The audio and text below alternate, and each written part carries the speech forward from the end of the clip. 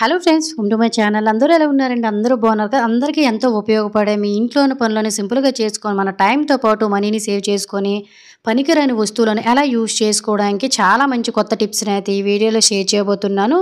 Miss చేయకుండా ending వరకు చూడండి. అలాగే వీడియో కనుక నచ్చినట్లయితే ప్లీజ్ ఒక లైక్ చేయడం అయితే మర్చిపోకండి. ఇంకా ఫస్ట్ టిప్ని అయితే తెలుసుకుందాము. మన ఇంట్లో ఉన్న పసుపు వాడకం అనేది ప్రతిరోజు చాలా ఎక్కువగానే ఉంటుంది కదా. మనలో చాలామంది ఈ విధంగా 2-3 కేజీలు అనేవి ఒకేసారి పౌడర్ పట్టించేసుకొని సంవత్సరాల కొలది నిల్వ చేసుకుంటూ ఉంటారు. ఇలా మనం సంవత్సరాల కొలది నిల్వ చేసుకునేటప్పుడు 2-3 నెలలు గడిచేసరికి దీని కలర్ పోయి రుచి మారిపోయి వాసన అంతా కూడా పోతుందన్నమాట. ఈ విధంగా మనకి కలర్ అనేది పోకుండా, అలాగే పురుగులు పట్టయిపోకుండా, ఉండల్లా కట్టేయకుండా పౌడర్ అనేది అంటే పసుపు అనేది మనం ఆడించేటప్పుడు ఏ విధంగా ఫ్రెష్గా ఉంటుంది అదే విధంగా ఫ్రెష్గా ఉండాలంటే ఇలా కొన్ని మిరియాలను గుప్పెడు తీసుకొని సో మనం ఆడించే క్వాంటిటీని బట్టండి ఇవి యాడ్ చేసుకోవాలన్నమాట. కొంచెం ఈ విధంగా ఒక 30-40 వేసుకుంటే సరిపోతుంది. నేనైతే ఇక్కడ 2 కేజీల పసుపుని అయితే ఫ్రెష్గా ఆడించానండి. ఇదైతే మాకు సంవత్సరన్నర వరకు కూడా వస్తుందన్నమాట. కానీ సంవత్సరన్నర అయినా కూడా ఉన్న పౌడర్ ఆడించేటప్పుడు ఎలా అయితే ఉంటుందో రుచి, కలరు, టేస్ట్ అనేది పోకుండా అదే విధంగా మిరియాలు వేయడం వలన మనకి చక్కగా ఎక్కువ రోజులు ఫ్రెష్గా పాడైపోకుండా పురుగు పట్టిపోకుండా ఉంటుంది. అలాగే నేను పైన కూడా డేట్ అనేది ఎప్పటి నుంచి వాడుతున్నాను అనేది కూడా ఈ విధంగా వేసుకుంటానండి. సో ఇలా వేయడం వల్ల మనం ఎన్ని రోజులు మనకి ఈ పౌడర్ అనేది వచ్చింది, అలాగే ఎన్ని నెలలు మనకు నిల్వ ఉన్నది అనేది క్లియర్గా మనకు అర్థమవుతుంది. చాలా యూజ్ఫుల్గా ఉంటుంది. టిప్ అయితే యూజ్ అవుతుందండి. తప్పకుండా ట్రై చేయండి. ఇంకా సెకండ్ టిప్ని అయితే తెలుసుకుందాము. మనం ప్రతిరోజు కూడా నిమ్మకాయలు వాడేసిన తర్వాత ఇలా నిమ్మ తొక్కలు ఎందుకు పనికిరావని పడేస్తూ ఉంటాం కదండి. ఈ నిమ్మ తొక్కలు మీరు పడేయాలంటే 100 సార్లు ఆలోచిస్తారు. ఈ చిట్కా తెలిసిన తర్వాత నేనైతే కొన్ని నిమ్మ తొక్కల్ని ఈ విధంగా స్టోర్ చేసి పక్కన పెట్టేసిన తర్వాత ఎక్కువ అయిన తర్వాత ఇలా ఒక గిన్నెలో వేసి గ్లాసుడు వాటర్ పోసి బాగా ఉడికించానండి. 2-3 నిమిషాల వరకు కూడా ఇలా ఉడికించిన నిమ్మ తొక్కలను మిక్సీ జార్లో వేసుకొని ఇదే వాటర్ను కొంచెం కొంచెం పోసుకుంటూ మెత్తగా ఈ విధంగా వీలైన మట్టుగా మిక్సీ పట్టించేసుకోవాలన్నమాట. కొంచెం మనకు అక్కడక్కడ కూడాను గరుకుగా ఉంది కాబట్టి సో మనం స్ట్రెయిన్ చేసుకుంటే సరిపోతుంది. ముందు మనం ఉడికించిన నిమ్మకాయ జ్యూస్ని వేసేసుకున్నానంటే వాటర్ని వేసుకున్నాను. ఆ తర్వాత మరి కొంచెం నార్మల్ వాటర్ని వేసేసుకొని చక్కగా ఈ విధంగా ఒక స్ట్రెయినర్ని తీసుకొని అడుగున ఒక బౌల్ తీసేసుకొని ఇలా మనం స్ట్రెయిన్ చేసుకున్నాం అనుకోండి మనకి ప్యూర్ అనేది జ్యూస్ రెడీ అయిపోతుందండి. ఈ స్మెల్ అనేది చాలా చాలా మంచి స్మెల్ వస్తుందండి. ఇవి ఉడికించేటప్పుడు కూడా మన ఇల్లు అంతా కూడా చాలా మంచి ఫ్రెష్ స్మెల్ అనేది వస్తుందన్నమాట. ఈ విధంగా మొత్తం ఈ నిమ్మ జ్యూస్ అంతా కూడా దిగేటట్టు అయితే మనం ఈ విధంగా స్క్వీజ్ చేసుకున్న తర్వాత గ్లాసున్నర వరకు కూడా మీరు కొంచెం వాటర్ మీకు కావాల్సినట్టుగా వేసుకోండి. ఇది పాడైపోకుండా ఉండడం కోసం నేను 1-2 స్పూన్ల వరకు కూడా కొంచెం వెనిగర్ని, అలాగే 1 టీ స్పూన్ వరకు కూడా సాల్ట్ని అయితే వేసాను. మీకు నచ్చినట్లయితే కొద్దిగా సర్పను కానీ వేసుకోండి. నేను ఇక్కడైతే చిన్న సోపుని కొంచెం మాత్రమే తురిమానండి. సో ఇవి మనం ఏవైనా క్లీన్ చేసుకునేటప్పుడు జిడ్డు పోవడానికి అనమాట. సో తర్వాత దీన్ని మొత్తం కూడా మిక్స్ చేసేసుకొని ఈ విధంగా ఏదైనా ఒక ప్లాస్టిక్ బాటిల్ తీసుకొని క్యాప్కి చిన్న హోల్ పెట్టేసుకొని ఇలా మనం తయారు చేసుకున్న లిక్విడ్ని తయారు చేసుకున్న పక్కన పెట్టేసుకున్నాం అనుకోండి మనకు 10 రోజులైనా పాడైపోదండి.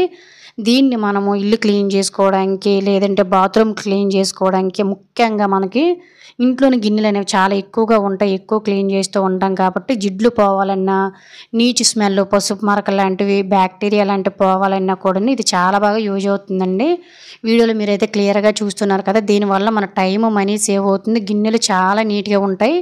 ముఖ్యంగా బ్యాక్టీరియా పోతుందండి. దీనివల్ల మనం ఎందుకు పనికిరావని పడేసే నిమ్మ తొక్కలతో ఇంట్లోనే ఈజీగా నిమ్మ లిక్విడ్ని తయారు చేసుకోవచ్చు. దీన్ని ఫ్రిడ్జ్లో ఎన్ని రోజులైనా స్టోర్ చేసుకొని వాడుకోవచ్చు. యూజ్ అవుతుందంటే ట్రై చేయండి. ఇంకా థర్డ్ టిప్ అయితే చూద్దాము. పడిన పెయింట్ మార్కులను ఏ విధంగా క్లీన్ చేసుకోవడానికి ఏదైనా ఒక మంచి చిట్కా ఉంటే చెప్పమని చాలా మంది అయితే చాలా రోజులు బట్టి అయితే అడుగుతున్నారండి. ఎప్పుడైనా మన బై మిస్టేక్ మన బట్టల మీద ఇలా కలర్ కానీ పడింది అనుకోండి ఏ విధంగా సింపుల్గా క్లీన్ చేసుకోవాలో తెలుసుకుందాం. నేనైతే ఇక్కడ ఒక కాటన్ కర్చీప్ వైట్ తీసుకొని కొద్దిగా రెడ్ కలర్ పెయింట్ అయితే వేసానండి. క్లియర్గా మీకు కనిపిస్తుందని. ఆ తర్వాత వీటిని క్లీన్ చేసుకోవాలంటే ఎక్కువగా రుద్ది ఈ బట్టల్ని మనం ఇంకా పనికిరావని పడేసే పని లేకుండా మనకి శానిటైజర్ అనేది ఇంట్లోనే అవైలబుల్గానే ఉంటుంది కదండి. బయట 10 రూపాయలు పెడితే మనకి శానిటైజర్ అనేది వస్తూనే ఉంటుంది. దీన్ని కొంచెం మనకి ఎక్కడైతే బట్టల మీద ఇలా కలర్ మరకలు కానీ లేదంటే ఇంకేవైనా మరకలు కానీ పెన్న మరకలు లాంటివి ఇంకు మరకలు లాంటివి గట్టి పడ్డాయి అనుకోండి కొంచెం కొంచెం వేసుకొని ఈ విధంగా ఒక బ్రష్తో కానీ చేతితో కానీ నీట్గా రుద్దేసామనుకోండి కలర్ మొత్తం మనకు ఒకేసారి నిమిషంలోనే చిటికలోనే పోతుందండి. ఒకసారి వాటర్లో కూడా మీకైతే పెట్టి చూపిస్తున్నాను. ఆ తర్వాత ఈ విధంగా చేతితోటి నార్మల్గా మీరు క్లీన్ చేసేసుకున్నారనుకోండి ఎటువంటి సబ్బు కానీ బ్రష్ కానీ పెట్టవలసిన అవసరం లేదు. ఎలాంటి ఎండిపోయిన మరకలనైనా కూడా మనం ఈజీగా క్లీన్ చేసేయచ్చండి. ఒకసారి మీరు కర్చీఫ్ మీద కూడా చూడండి. అసలు మనం ఎక్కడ పెయింట్ మరక అనేది పెట్టామనేది కూడా తెలియదు అనమాట. దీనివల్ల మన శ్రమ తగ్గుతుంది, మనీ కూడా సేవ్ అవుతుంది. యూజ్ అవుతుందండి, తప్పకుండా ట్రై చేయండి. ఇంకా 4వ టిప్ని అయితే తెలుసుకుందాం. మన ఇంట్లో ఇటువంటి కౌలు పట్టాలు ఉన్నాయి అనుకోండి ఖచ్చితంగా ఇందులోన తల వెంట్రుకలు, చిన్న చిన్న చీపురు పోగులు, డస్ట్ పార్టికల్స్ చాలా వరకు ఉంటాయండి. బట్టల పోగులు లాంటివి గట్టును ఇవి మళ్ళీ మనకి ఎగురుతూ కాళ్ళతో పాటు మన ఇంట్లో ఇంకా వస్తూనే ఉంటాయి కదా. ఇలా వీటిని క్లీన్ చేయాలనుకునేటప్పుడు సింపుల్గా ఇలా మనం బట్టలు ఉతుక్కునే బ్రష్ అనేది ఉంటుంది కదండి, దాంతో ఈ విధంగా వీడియోలో చూపిస్తున్న విధంగా జస్ట్ అటు ఇటు క్లీన్ చేసామనుకోండి బ్రష్కి వెంట్రుకలు లాంటివి, చిన్న చిన్న పోగులు లేదంటే బట్టల పోగులు లాంటివి, చీపురు పుల్లలు లాంటివి ఇలా డస్ట్ పార్టికల్స్ ఏ ఉన్నా ఇలా ఎగిరిపోయినవి తేలికపాటివన్నీ కూడా బ్రష్తో పాటు వచ్చేస్తాయండి. ఇలా మనము నీట్గా క్లీన్ చేసేసామనుకోండి డస్ట్ పార్టికల్స్ ఉండవు. అలాగే మనకి డోర్ మెట్స్ కూడా మన్నిక వస్తే నీట్గా కూడా ఉంటాయండి. ఇలా మొత్తం క్లీన్ చేసిన తర్వాత 4-5 సార్లు క్లీన్ చేసి కింద గట్టి కొట్టేసామనుకోండి డోర్ మెట్స్ మీద ఎటువంటి డస్ట్ పార్టికల్స్ కానీ వెంట్రుకలు కానీ ఇంట్లోని చెదిరిపోకుండా ఉంటాయి. యూజ్ అవుతుందంటే తప్పకుండా ట్రై చేయండి. ఇంకా 5వ టిప్ని అయితే తెలుసుకుందాము. మనలో చాలామంది ఇడ్లీ రోజు పెడుతూ ఉంటారండి. ఇలా ఇడ్లీ కాకుండా చాలామంది అప్పట్లో దెబ్బ రొట్టెలు అనేవి వేస్తూ ఉండేవారండి. అవి చాలా టేస్ట్ కూడా చాలా బాగుంటాయి. ఒకేసారి మనం ఎక్కువ మందికి చేసేయచ్చు అనమాట. చాలామందికి తెలిసే ఉంటుంది. దీన్ని రుచికరంగా ఎలా తయారు చేసుకోవాలో చూద్దాము. సో ఇడ్లీ పిండి ఎంత కావాలో అంత తీసుకున్నానండి. ఆ తర్వాత రుచికి తగ్గ సాల్ట్ని వేసుకున్నాను. చిన్న పచ్చిమిర్చి తురుము, అలాగే చిన్న అల్లం ముక్క తురుము, అలాగే కొద్దిగా కరివేపాకు తురుమును కూడా వేసుకున్నాను. ఆ తర్వాత ఒక పావు టీ స్పూన్ వరకు కూడాను జీలకర్రని అయితే వేసుకున్నానండి. ఇవన్నీ హెల్త్కి చాలా చాలా మంచిది. అలాగే మనం వండే వంటకం ఏదైనా కూడా చాలా రుచిగా తయారవుతుంది అన్నమాట. చాలామందికి చాలా చాలా ఇష్టంగా తింటారు కూడానండి. దీన్ని కొంచెం వాటర్ వేసి నార్మల్గా మిక్స్ చేస్తాను చూసారు కదా. ఆ తర్వాత ఇటువంటి గుంతలా ఉండే కళాయిని అయితే కొంచెం దలసరిగా ఉన్నది తీసుకొని కొంచెం ఆయిల్ నేనైతే ఒక స్పూన్ వరకు కూడా ఆయిల్ వేసేసుకొని ఇలా మొత్తం కూడా స్ప్రెడ్ చేశానండి. ఇలా ఒకేసారి మనము ఎక్కువ మందికి తయారు చేసుకొని చాలా రుచిగా ఉంటుందన్నమాట. దీన్ని దెబ్బ రొట్టె అని కూడా అంటుంటారు. అలాగే కొంతమంది రొట్టె అని కూడా, మినప రొట్టె అని కూడా అంటుంటారండి. ఒక్కొక్కలా పిలుస్తారు. ఈ విధంగా మీకు ఎంత కావాలో అంతే.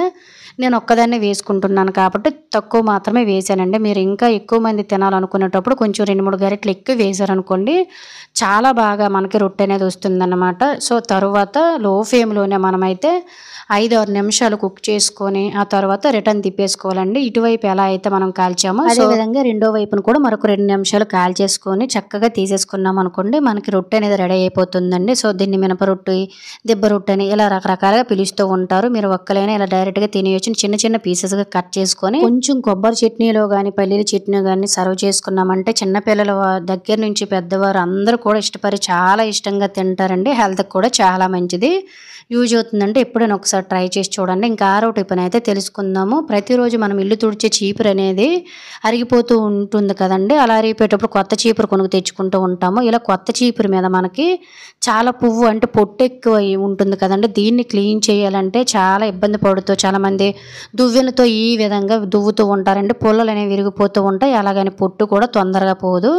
ఇలా పొట్టు అనేది జస్ట్ మనం 1-2 నిమిషాల్లోనే ఎక్కువ కష్టపడే పని లేకుండా 3 మెథడ్స్లోనే ఎలా కొత్త చీపుని క్లీన్ చేసుకోవాలి ఈ వీడియోలో అయితే తెలుసుకుందామండి. మనం గిన్నెలు తోముకునే పీచులు గ్రీన్ కలర్ కానీ లేదంటే ఇటువంటి స్క్రబ్బర్స్ అనేవి మనకు మార్కెట్లో దొరుకుతూ ఉంటాయి. మన ఇంట్లో మనం జనరల్గా గిన్నెలు తోమడానికి ఉపయోగిస్తూ ఉంటాం కదండి.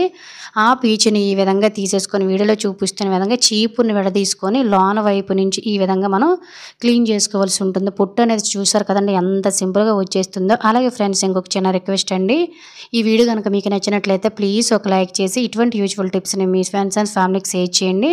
అలాగే ఇంకా మీరు ఎవరైనా మన ఛానల్ సబ్స్క్రైబ్ చేసుకోలేకపోతే ప్లీజ్ సబ్స్క్రైబ్ చేసుకొని పక్కన ఉన్న బెల్ ఐకాన్ ఆల్లో యాక్టివేట్ చేసుకున్నారంటే ప్రతిరోజు నేను చేసే ఇటువంటి ఉపయోగకరమైన టిప్స్ డైలీ నోటిఫికేషన్లు వస్తాయి. ఈ విధంగా మనం ఫస్ట్ మెథడ్లో గిన్నెలు తోముకునే స్క్రబ్తో క్లీన్ చేస్తామనుకోండి. చూసారు కదా పొట్టు అనేది వచ్చేసింది. ఇప్పుడు సెకండ్ మెథడ్ ఏంటి అనేది తెలుసుకుందాము. ఈ విధంగా బట్టలు ఉతుక్కునే బ్రష్ తోటి కూడా చాలా చాలా సింపుల్ అండి. దీంతో కూడా మనం 2-3 నిమిషాల్లోనే పుల్లలు అనేవి ఇరిగిపోకుండా ఇలా మనం చక్కగా క్లీన్ చేసేసామనుకోండి పువ్వు అనేది సింపుల్‌గా రాలిపోతుందండి. కొత్త చీపురు వాడిన 10, 15 రోజుల వరకు కూడాను దీన్ని ఖచ్చితంగా నీట్‌గా క్లీన్ చేయకపోతే ఇంటి నిండా చెదిరిపోతూ, అటు ఇటు ఎగిరిపోయి ఒక్కోసారి ఒంటి మీద పడిందనుకో దురద కూడా వేసేస్తుందండి.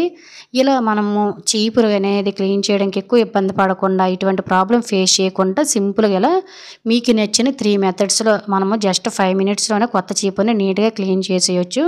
థర్డ్ మెథడ్ వచ్చేసి మనకి ఈ విధంగా చేత్తో పాటు మనం 2, 3 నిమిషాలు చేత్తోటి ఈ విధంగా చీపురుని కింద నుంచి పై వరకు కూడా ఇలా రుద్దామనుకోండి, చాలా త్వరగా అయితే మనకి పొట్టు అనేది ఎక్కువ రిమూవ్ అయిపోతుంది. క్లియర్‌గా వీడియోలో కూడా మీరు చూసారు కదండీ! ఈ 3 మెథడ్స్‌లో మీరు ఎప్పుడు చీపురు కొన్నా కూడాను ఒక్కసారి ట్రై చేసి చూడండి. ఎక్కువగా శ్రమ పడవలసిన అవసరం లేదు. ఎక్కువగా రుద్ది చేయవలసిన అవసరం లేదు. ఒక్క చీపురు పుల్ల ఇరిగిపోకుండా, చీపురు అనేది డ్యామేజ్ అవ్వకుండా ఇలా సింపుల్‌గా చీపురుకు ఉండే పొట్టుని నిమిషాల్లోనే మనము తేలికగా ఎవరైనా క్లీన్ చేసేయొచ్చు. చూసారు కదండీ! ఎంత పొట్టు అనేది వచ్చేసిందో. ఈ విధంగా మనం కొత్త చీపురుని చాలా చాలా నీట్‌గా అయితే 3 మెథడ్స్‌లో క్లీన్ చేసేసాం. ఆల్రెడీ మీకు చీపురు కూడా చూపిస్తున్నాను. ఎక్కడ కూడా చిన్న పొట్టు కూడా లేదన్నమాట. చీపురు కూడా మనం అప్పుడప్పుడు వాష్ చేసుకున్నామంటే సంవత్సరాల కొలది చీపురు అనేది మన్నిక వస్తుందన్నమాట. తప్పకుండా ఈసారి కొత్త చీపురు తెచ్చేటప్పుడు ఈ 3 మెథడ్స్‌లో ఏదో ఒక మెథడ్‌ని ట్రై చేసి మీ శ్రమను తగ్గించండి. సో ఇది ఫ్రెండ్స్ ఈరోజు వీడియోలో అయితే టిప్స్ అన్నీ కూడా మీకు ఉపయోగకరంగానే ఉన్నాయి అనుకుంటున్నాను. టిప్స్ కనుక యూజ్ అయినట్లయితే please like, share, subscribe my channel. ఇటువంటి మరెన్నో టిప్స్‌తో నెక్స్ట్ వీడియోలో కలుద్దాం. అంతవరకు సెలవు. Thank you for watching.